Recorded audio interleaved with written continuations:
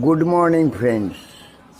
আমরা এই পৃথিবীতে সবাই এসেছি, প্রত্যেকেই জন্মগ্রহণ করেছি, কিন্তু ক্ষণিকের খেলা শেষ করে আমরা সবাই একদিন চলে যাব।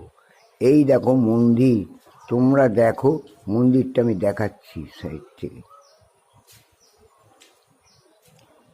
এই মন্দিরের বাইরে আমি অবস্থান করছি, কিন্তু তোমরা কি জানো এই মন্দিরের বাইরে আমি কেন অবস্থান করছি, মন্দিরের ভেতরে কেন ঢুকিনি?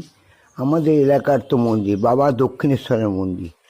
তার কারণ হলো একটাই বন্ধু, সেটা হচ্ছে আমরা সবাই, পৃথিবীর সবাই আমরা কিন্তু মন্দিরের বাইরেই অপেক্ষা করছি আমরা ঈশ্বরের কাছে লীন হয়ে যাব বলে।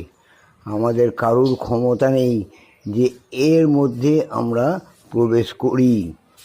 যখনই আমরা এই পৃথিবীর মধ্যে মৃত্যুবরণ করে আত্মাটাকে লীন করে দেবো ভগবানের সাথে, তখনই আমাদের মোক্ষ লাভ হবে।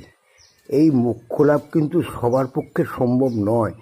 পুণ্যাত্মার লোক ছাড়া, পুণ্যাত্মা মানুষ ছাড়া কেউই মোক্ষ লাভ করতে পারে না।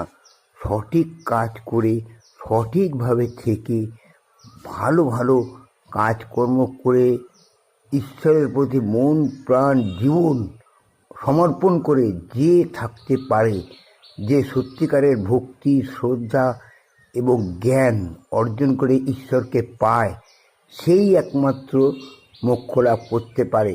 সঠিক জ্ঞান ছাড়া আমাদের মোক্ষ লাভ সম্ভব নয় বন্ধু।